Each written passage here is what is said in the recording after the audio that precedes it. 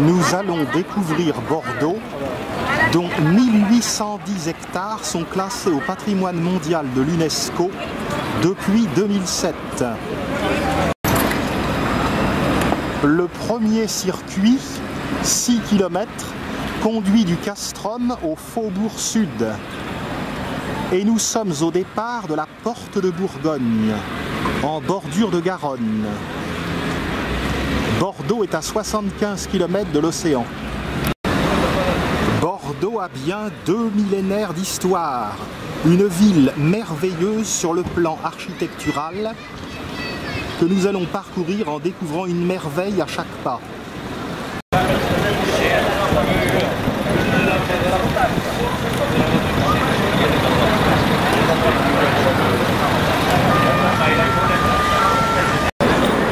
Notre circuit débute sur la place de Bir Hakeim, où se dresse cette fameuse porte de Bourgogne.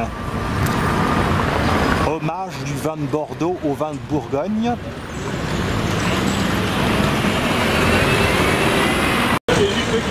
Franchissant la porte de Bourgogne, nous nous engageons dans le cours Victor Hugo.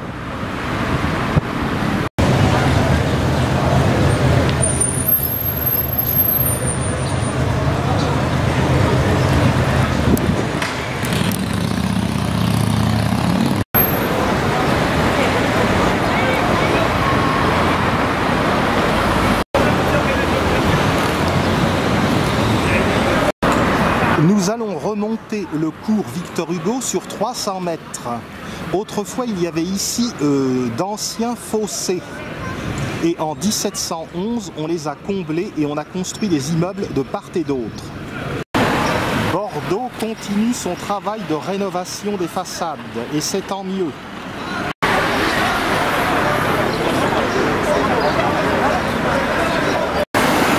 Belle vue sur la porte de Bourgogne avec le recul.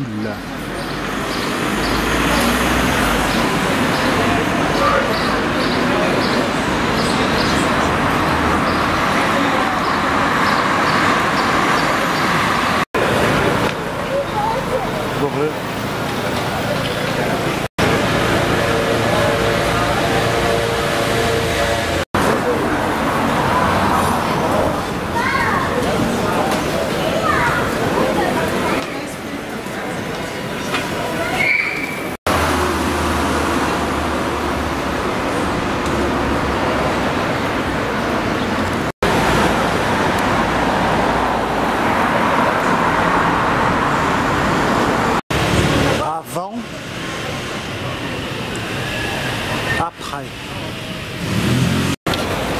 Ce quartier est très vivant.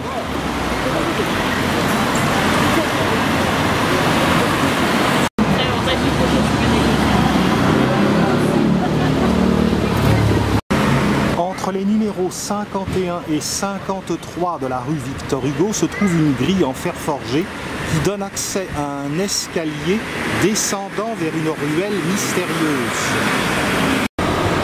Cette ruelle était l'impasse de la Fontaine-Bouquière, dite également impasse des Pédouillers. Les mendiants venaient se laver et s'épouiller à son eau.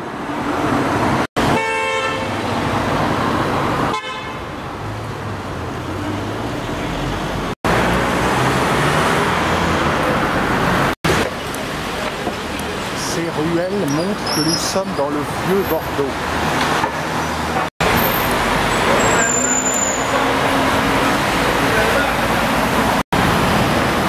Nombreux mascarons sur la façade des immeubles à Bordeaux.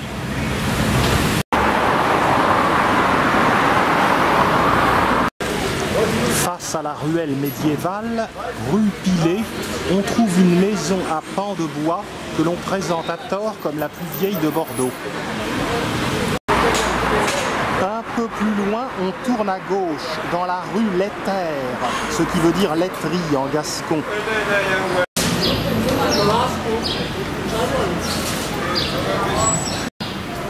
Nous sommes déjà plus au calme que dans la rue Victor Hugo.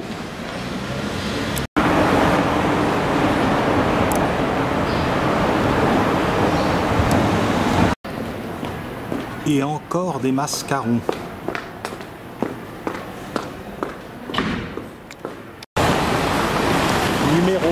et 23.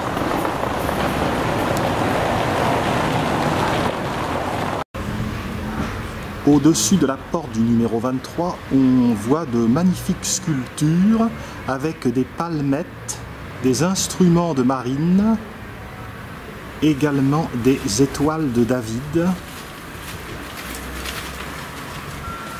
des outils.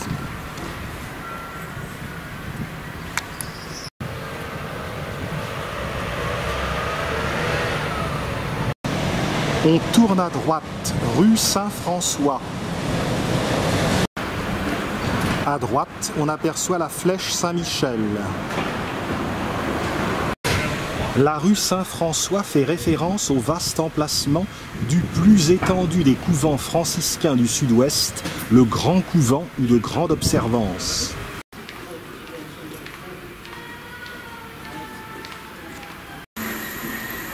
Au 44, 46, 48, l'hôtel de la Perle ou hôtel Saint-François mériterait un sérieux décrassage.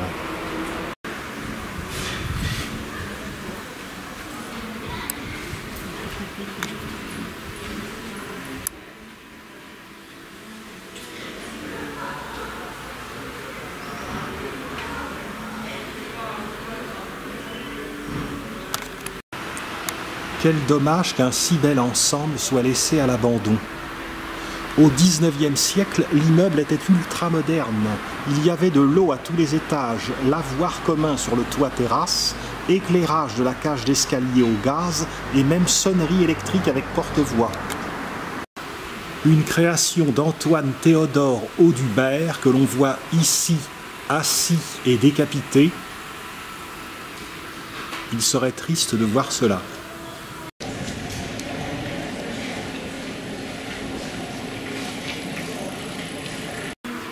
Il a laissé sa signature sous forme d'un A constitué d'une équerre et d'un compas entrelacés.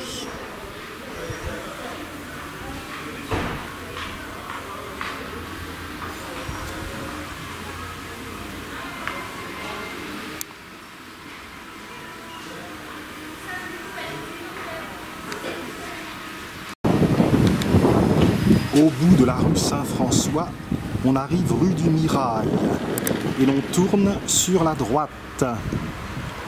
On aperçoit alors la grosse cloche. Cette rue était empruntée autrefois par les pèlerins de Saint-Jacques de Compostelle. Il y eut en 1119 l'hôpital Saint-James à cet endroit pour accueillir les pèlerins.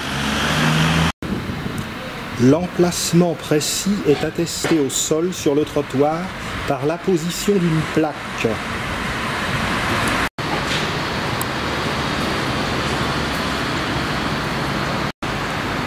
Rue du Mirail.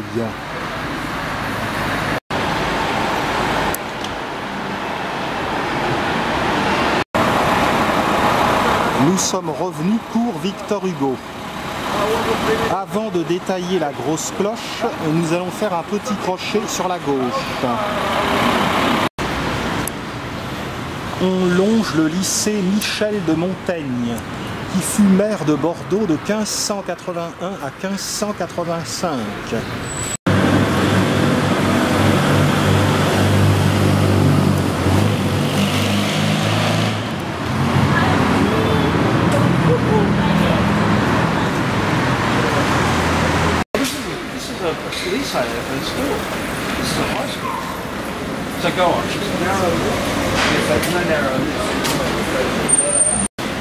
Le lycée Montaigne a été voulu par Napoléon Ier pour former les nouvelles élites nationales. Ce fut le premier lycée impérial de France. Il occupe les locaux de 2 anciens couvents. En face, le parking Victor Hugo se signale par une voiture qui sort de l'édifice.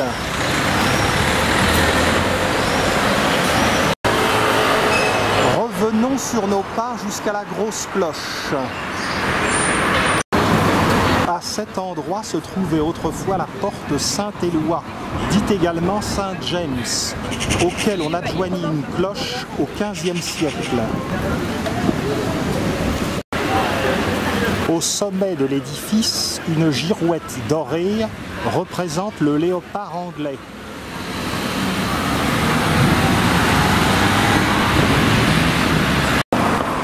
Quittons le cours Victor Hugo et empruntons la rue Saint-James pour passer sous la grosse cloche. Certains éléments datent du XVIIIe siècle, comme la grille en fer forgé aux armes de la ville. L'horloge également due au mathématicien Larocque est du XVIIIe siècle.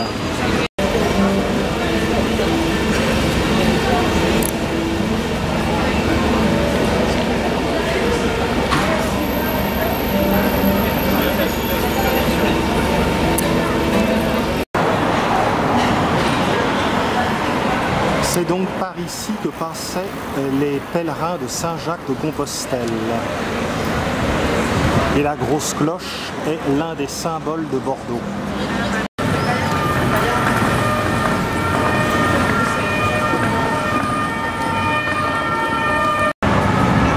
Juste à côté de la grosse cloche se trouve l'église Saint-Éloi, dont voici le clocher que l'on aperçoit par la rue Saint-Éloi.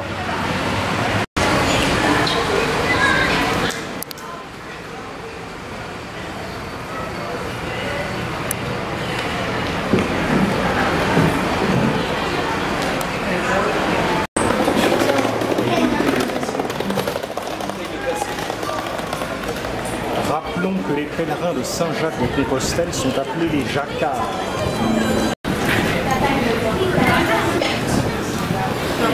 On poursuit dans la rue Saint-James. À droite, rue Teuler.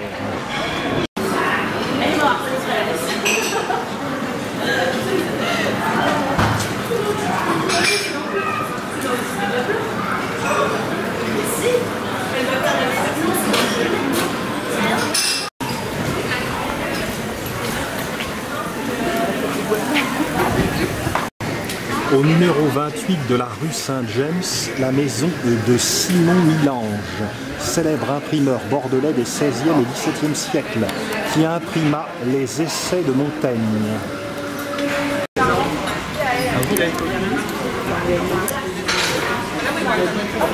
Tu sais, il est très cool. Ah, il est trop malin.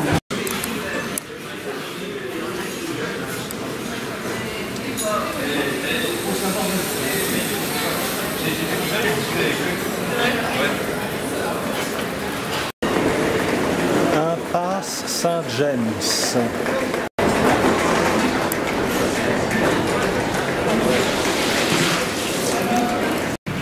La rue était autrefois bordée de deux fossés. À gauche, le fossé des tanneurs. À droite, le fossé des salinières ou réserves de sel.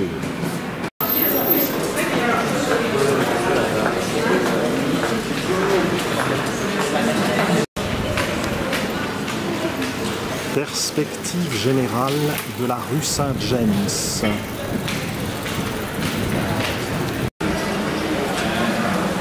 À son extrémité, on parvient sur la place Fernand-Lafargue. Autrefois, il y avait ici un marché et c'était le lieu du supplice du pilori. Mais tout se perd.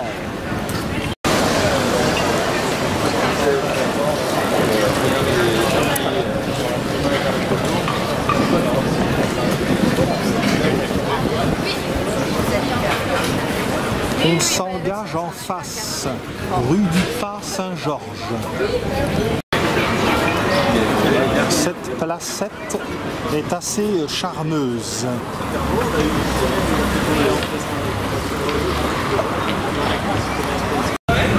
Le nom de rue des Herbes, comme rue des Boucheries, rue Bouquière, témoigne des activités dans le quartier. Première extension du castrum romain.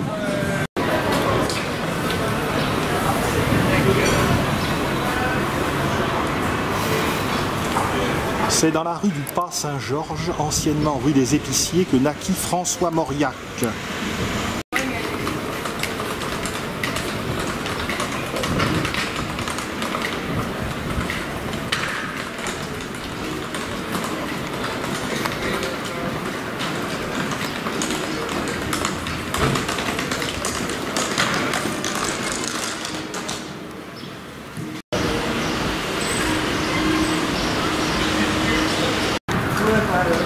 immeuble nettement plus haussmannien. D'ailleurs, le baron Haussmann rêvait de remodeler Bordeaux après avoir remodelé Paris. Ça ne s'est pas fait. Le tramway bordelais.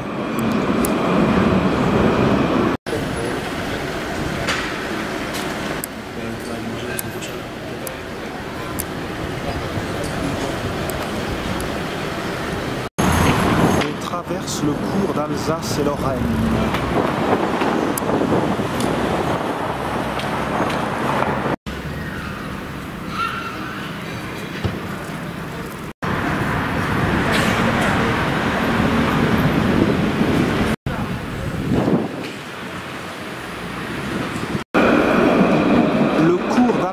Lorraine a été percé au XIXe siècle. Il recouvrait un ruisseau, limite du premier castrum. On suit la rue du Pas Saint-Georges jusqu'à la place Camille-Jullian. Les merveilles que nous verrons tout à l'heure. Rue du Cerf-Volant. Les vieilles vitrines qui avaient du charme. Impasse du Pas Saint-Georges.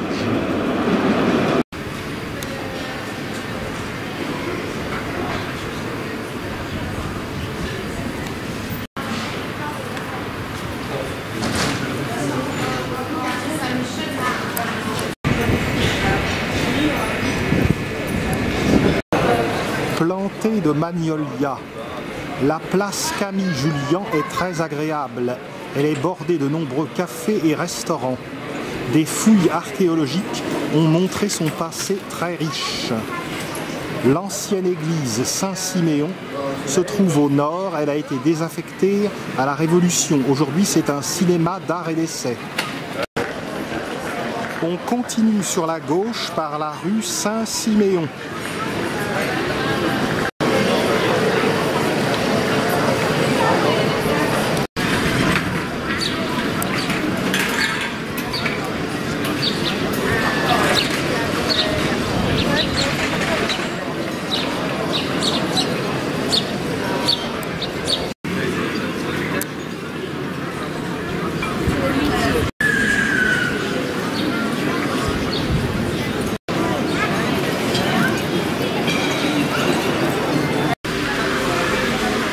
On quitte donc la place Camille-Jullian, on s'engage dans la rue Saint-Siméon.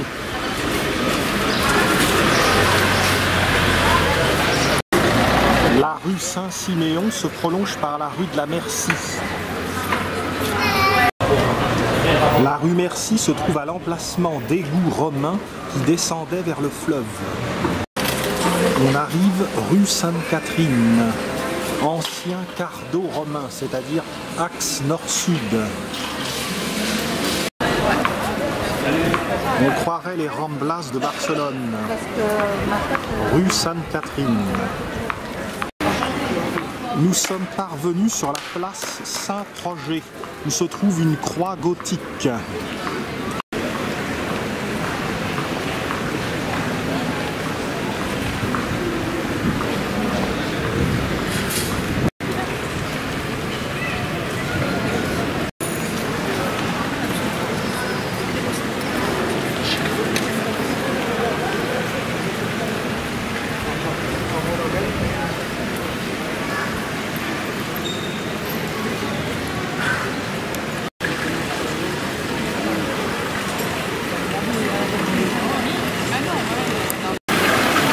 Les lunes entrelacées, symbole de Bordeaux.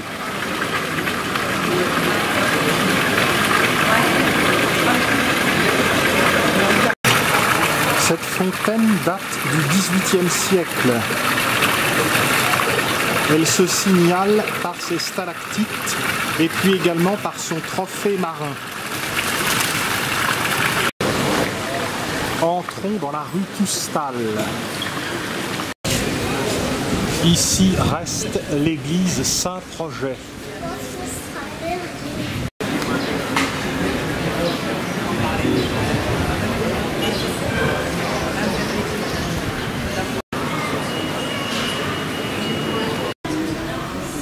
On tourne à gauche dans la rue Guérin.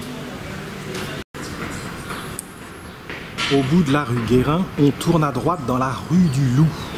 Essayons de ne pas nous faire mordre. C'est vraiment le vieux Bordeaux.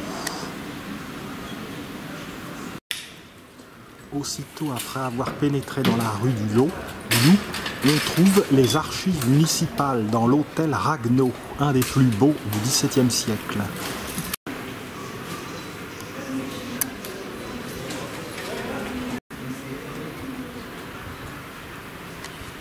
La façade est surmontée par une belle glycine dont la présence est attestée depuis plus de 150 ans.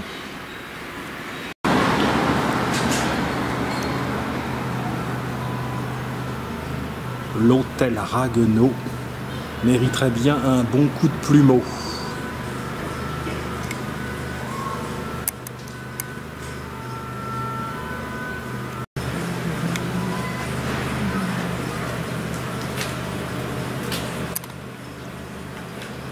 Poursuivons dans la rue du Loup. Nous sommes en vue de la cathédrale Saint-André, la cathédrale de Bordeaux.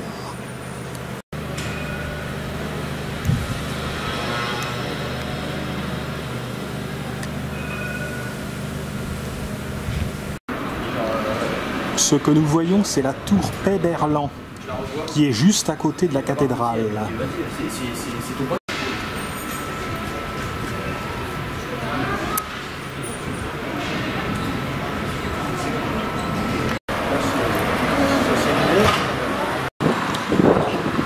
La cathédrale Saint-André bénéficie d'une soigneuse restauration qui fait ressortir la blancheur de sa pierre.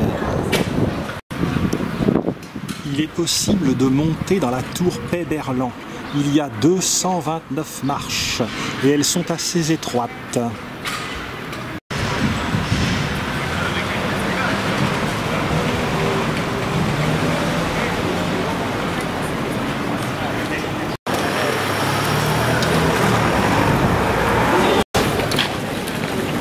La place Péberlan est plantée de beaux tilleuls.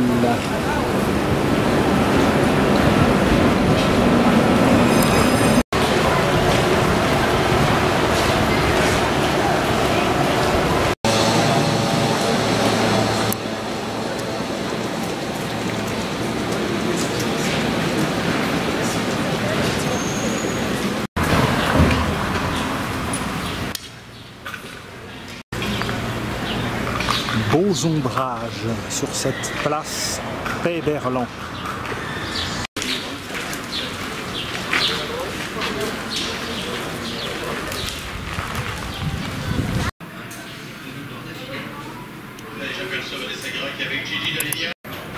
Le guide dit 229, mais au pied de l'escalier, il semblerait que ce soit 233 marches. C'est pas de la tarte pour monter, c'est moi qui vous le dis. Une plateforme nous montre des cloches.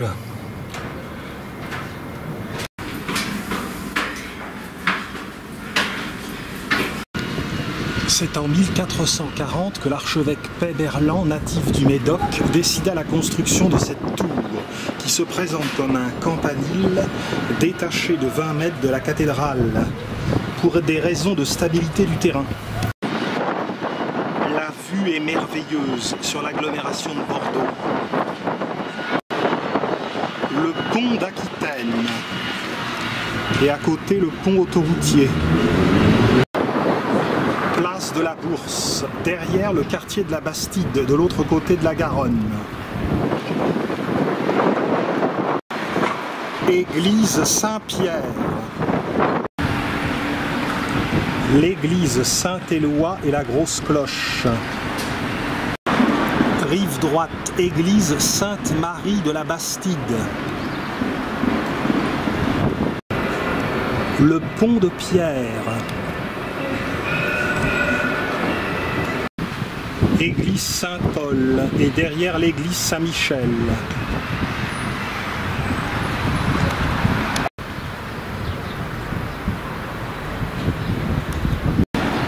Sacré-Cœur. Église Sainte-Eulalie.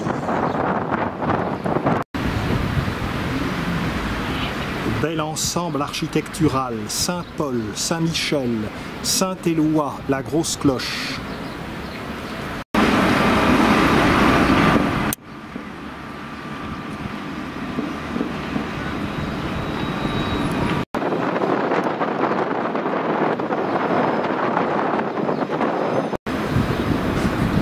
Vers l'ouest, c'est la cathédrale Saint-André.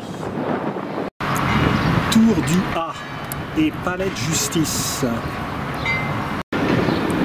Centre hospitalier régional. Communauté urbaine de Bordeaux. La restauration du chevet de la cathédrale Saint-André donne vraiment un résultat magnifique.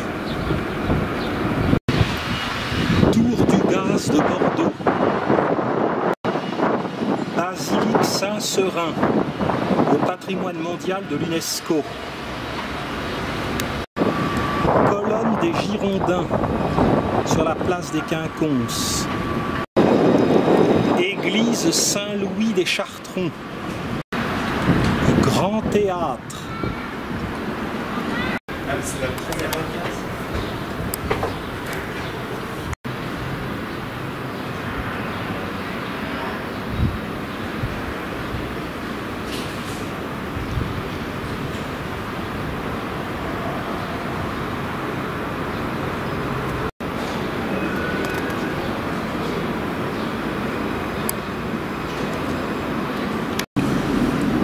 Voici le tout petit castrum de Burdigala. La ville s'étend sous l'occupation anglaise et à la Renaissance. La ville des Lumières au XVIIIe siècle. Et aujourd'hui, la ville a débordé sur la rive droite.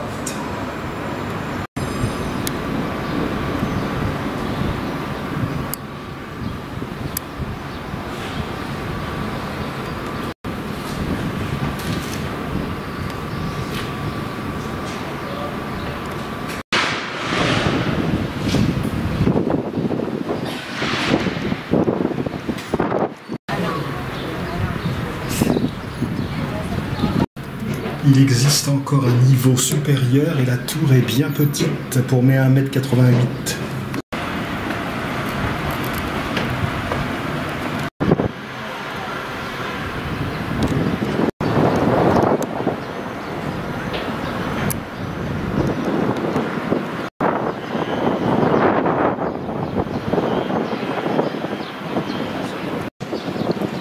La statue dorée de la Vierge a été posée au XIXe siècle.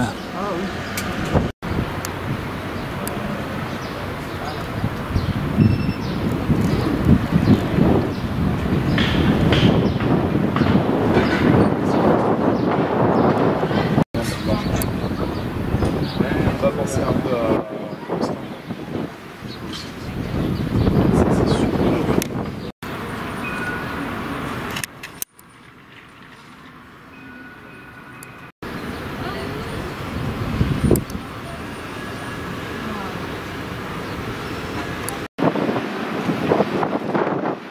Toiture du Midi.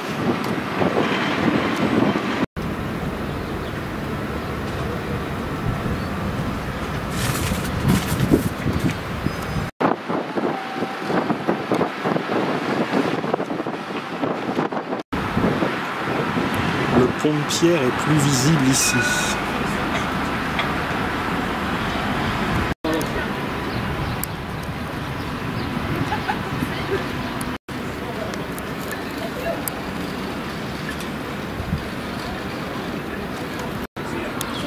À présent, nous allons redescendre et nous allons aller visiter la cathédrale Saint-André.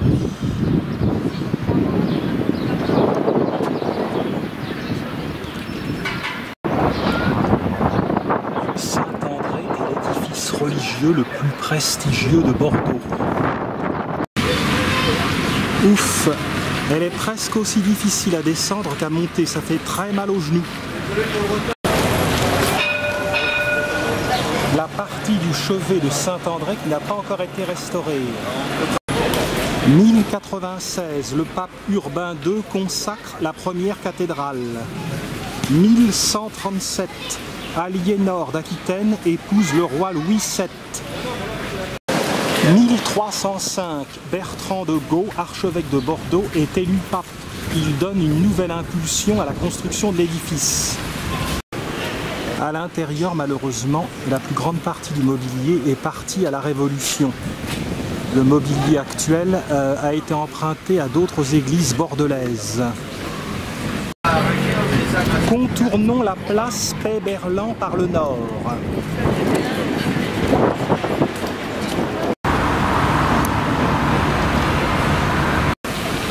Ce bel immeuble présente des pilastres à chapiteaux corinthiens.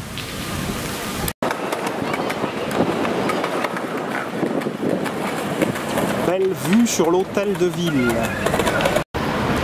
À ce niveau, statue de l'ancien maire de Bordeaux, Jacques Chaban-Delmas, 1915-2000.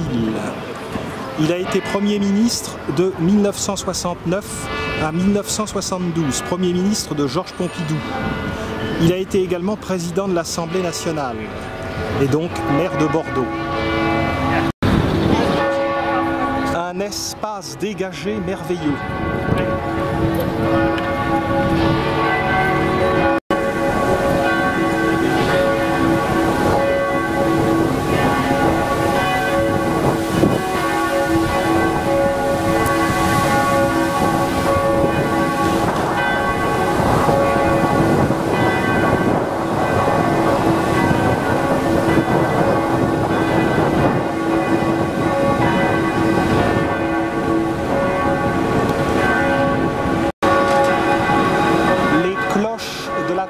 Paix-Berland sonne à toute volée.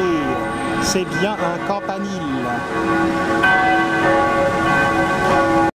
Cette place plantée de platanes et qui fait face au flanc nord de la cathédrale Saint-André est la place Jean Moulin. Et voici d'ailleurs le centre national Jean Moulin, consacré à la résistance. Monument de la victoire, glorifiant les victimes de la guerre de 1870. Belle cariatide.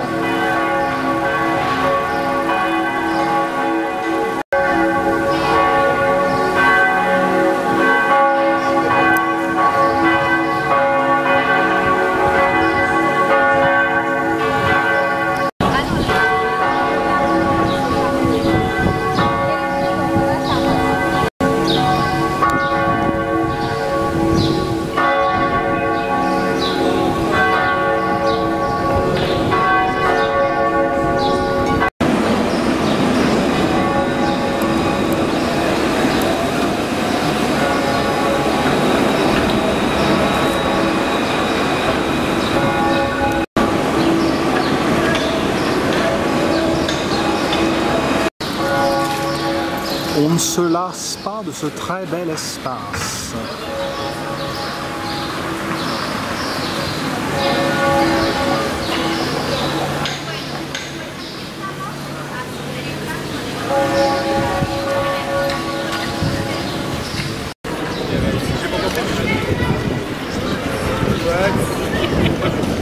Portail Nord.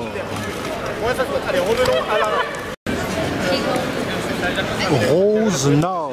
Là, comment on fait la remettre là. Examinons le portail nord, qui n'est pas le portail royal, qui est sur la droite. Au tympan de ce portail dit des flèches, le Christ est en majesté. La Seine et l'Ascension. La statuaire date du XIVe siècle.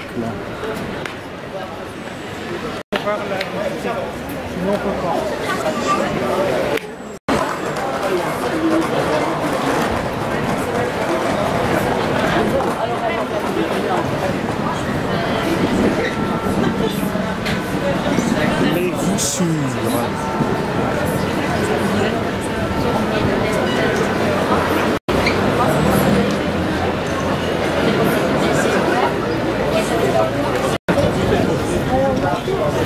Benoît, ton papa il est en en train de mettre la vie là. Ah ouais? Ouais. Je vous laisse Cléa et Anne. Ouais, mais il n'y a pas de...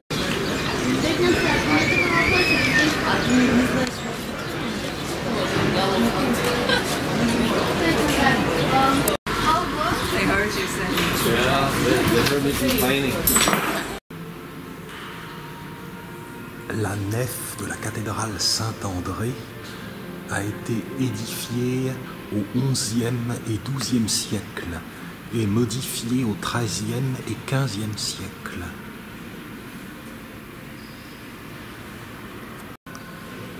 Comme la nef menaçait de s'écrouler, on a construit de part et d'autre de puissants contreforts et arcs-boutants.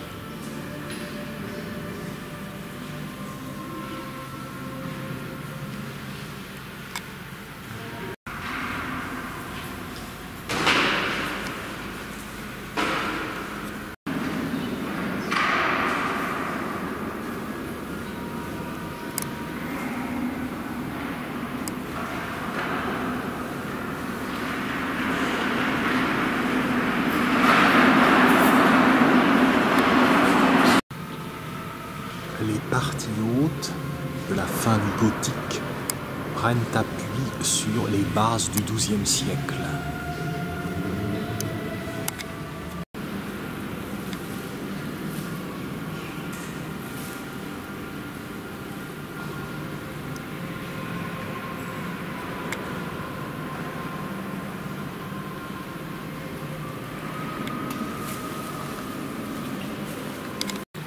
L'opulente chaire en marbre date du XVIIIe siècle.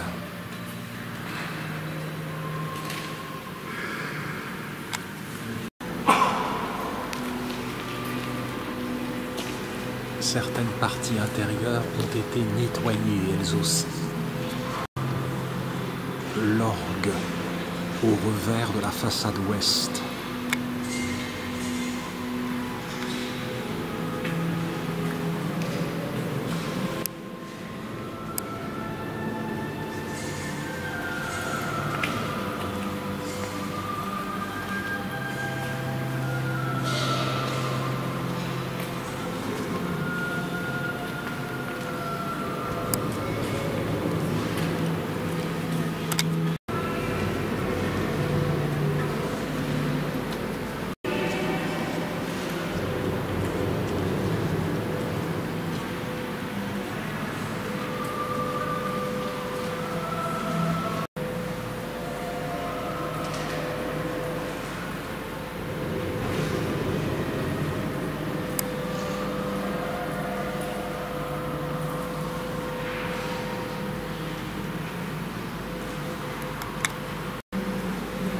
Horloge de 1782.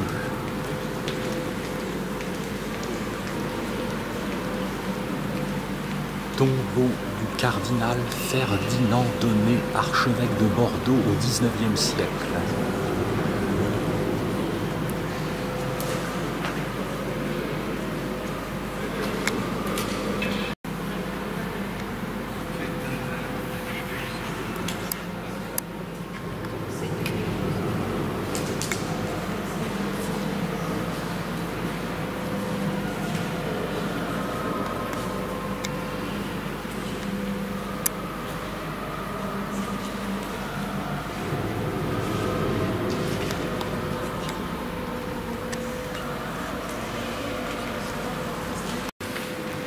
Il n'est pas seul puisque en face de lui se trouve le tombeau du cardinal de Chevreuse, lui aussi archevêque de Bordeaux au XIXe siècle.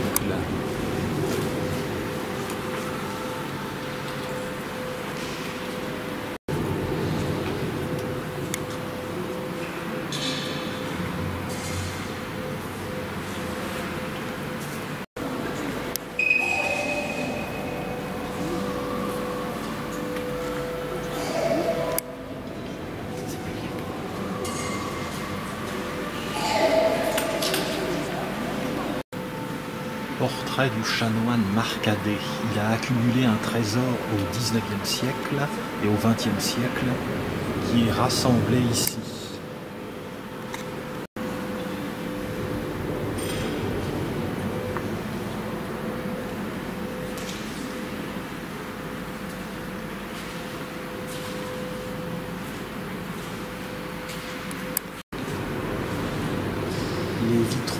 présent dans le cœur.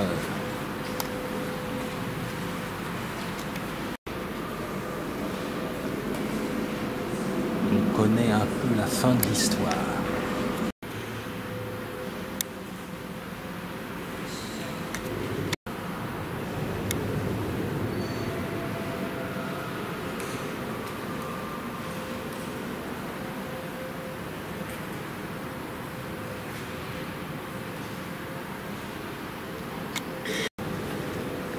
Je suis revenu au pied de l'orgue car la tribune Renaissance est tout simplement impressionnante.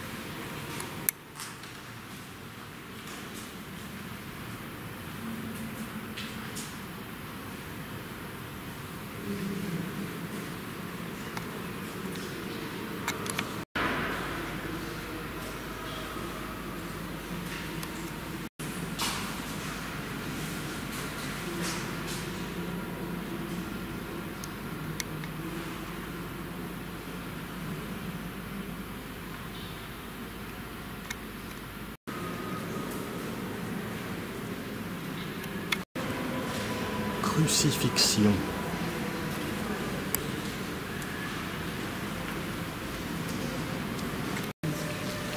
Résurrection.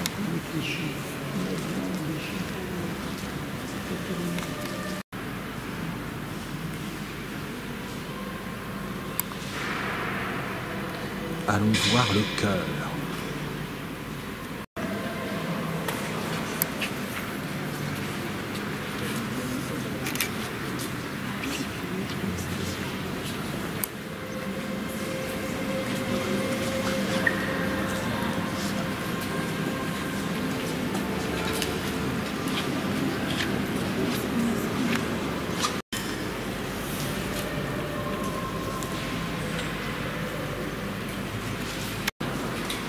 Rose du croisillon nord.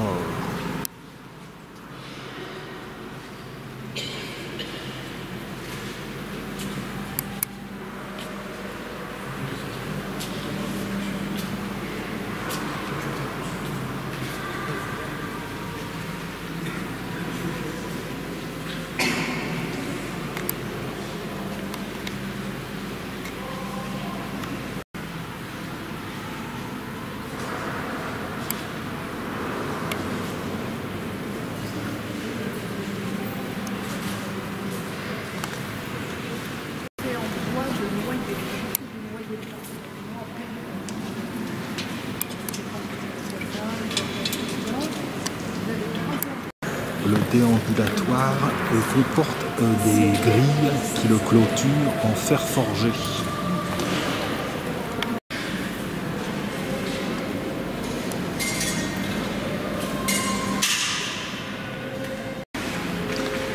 Les piliers sont peints.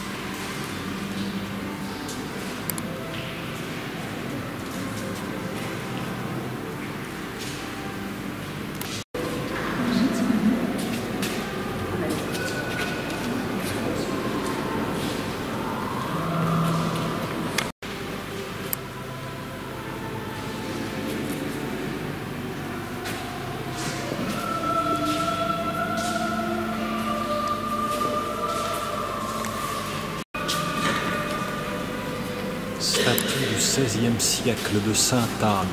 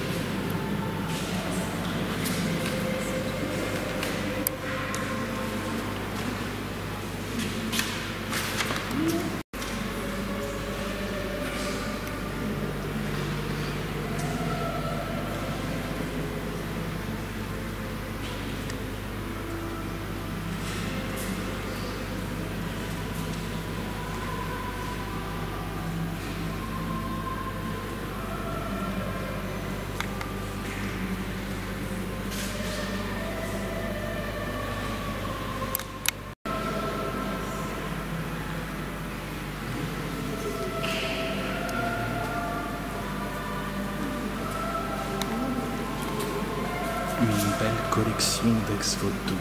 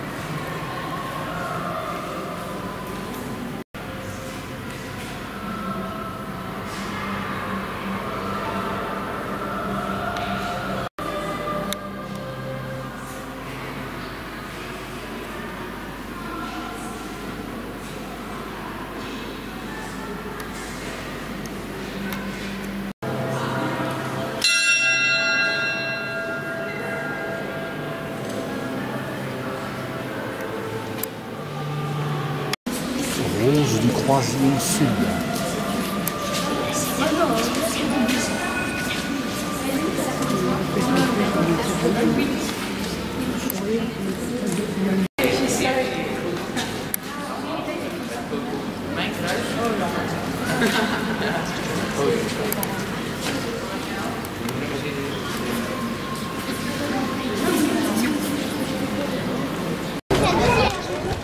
Allons un peu plus loin pour voir le portail royal.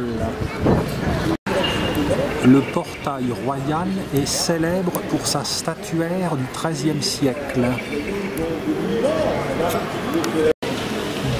Les salissures ont été enlevées et l'on remarque sur le tympan la couleur à dominante bleue.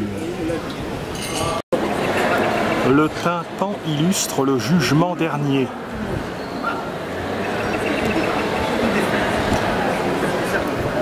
De part et d'autre, les apôtres. En fait, ici, il n'y en a que 10. La scène de la résurrection des morts est illustrée sur le linteau.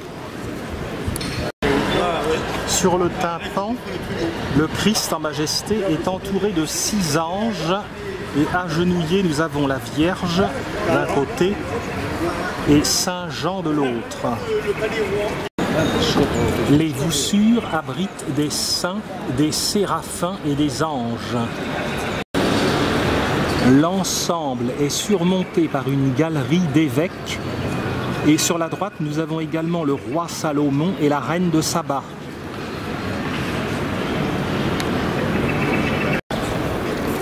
On dit que Viollet-le-Duc fut ébloui par la richesse et la finesse de la statuaire.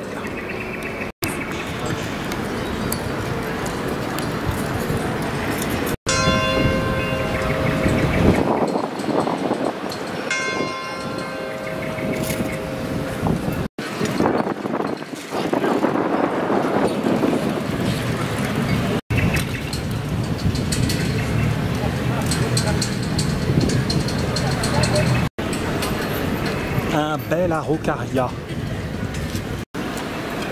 Ce contrefort est de style Renaissance.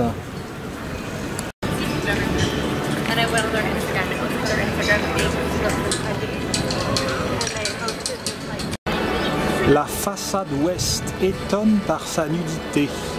En réalité, elle s'appuyait sur les anciens remparts de la ville. Ceci explique cela. Magnifique place Rohan.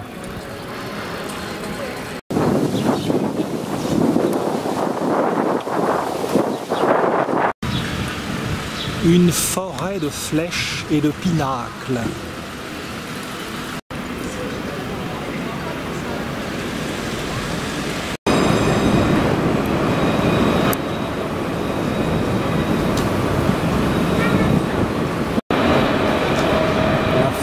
De droit.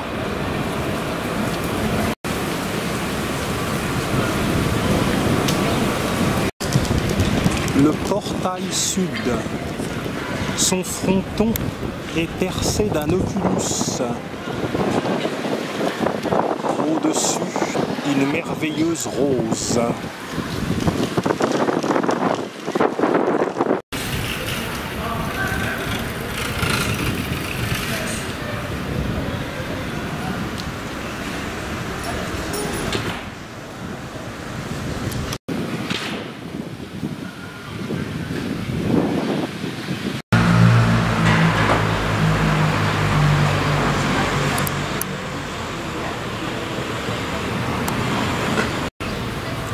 Revenons devant l'hôtel de ville.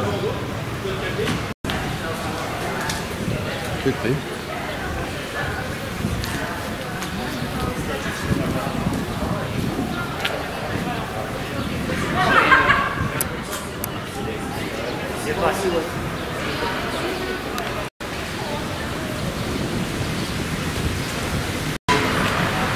Vue sur la tour Péberlan.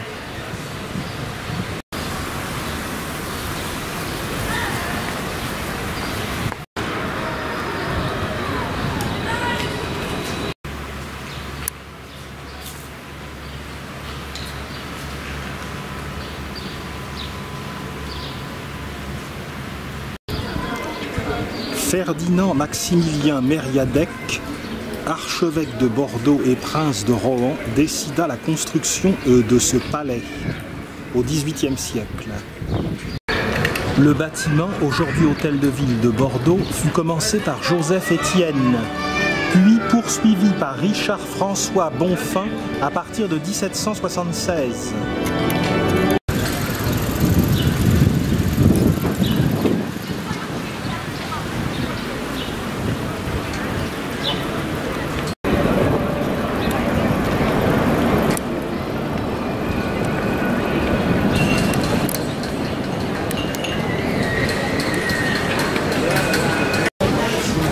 Ce palais est l'un des plus beaux édifices de Bordeaux.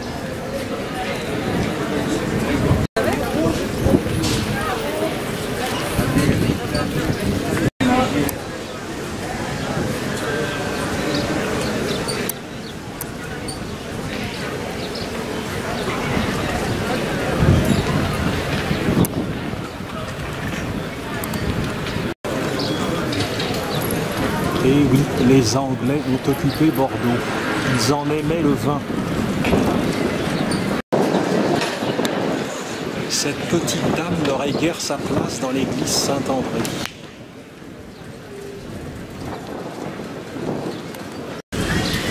Et là, ça ressemble plutôt à un monsieur. Le contrefort de la façade ouest est tout à fait curieux.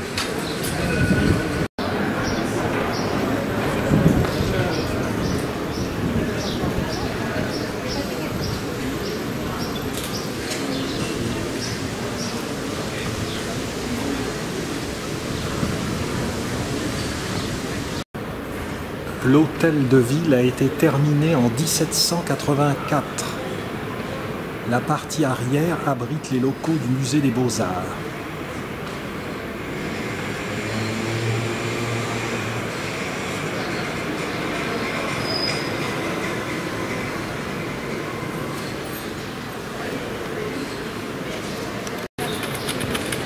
Vue merveilleuse sur la place Paix-Berland.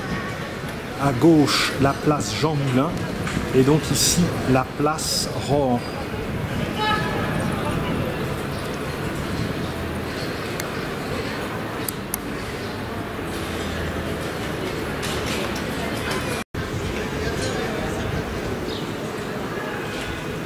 Les lampadaires se balancent mollement sous l'effet du vent.